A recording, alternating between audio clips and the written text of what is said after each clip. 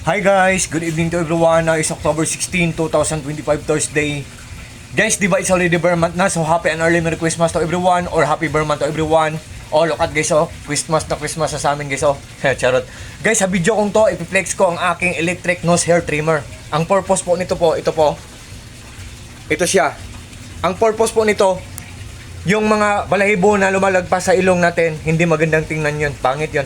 Sorry, bad words. Pangit. Hindi magandang tingnan. So, ito siya guys. Nose hair trimmer to. May cap siya pero very smooth lang siyang tanggalin. Look at guys ha, oh. Tanggal na. Kung gusto natin iyon, just press this button guys, oh. Oh. Digital siya, rechargeable siya, portable siya, wireless siya, at saka ano, believe me or not po, waterproof siya.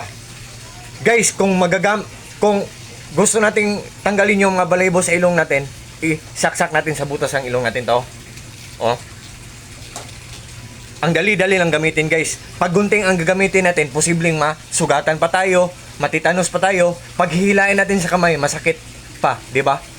Pero guys, pag ito ang gagamitin natin, isaksak lang natin sa ilong natin, matatanggal, easy to do it lang.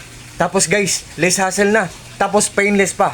Pag hihilain natin sa kamay, ang sakit-sakit. Pero ito, wala kang ma-feel na masakit.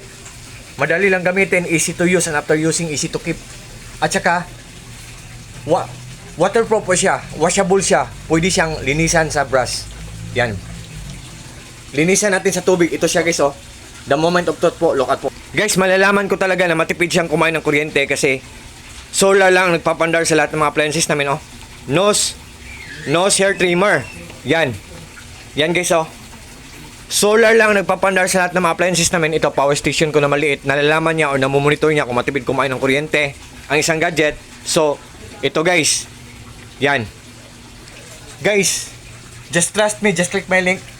And just try po. Subukan nyo lang po. God bless us all guys. Nose hair trimmer. God bless us all. Thank you so much guys.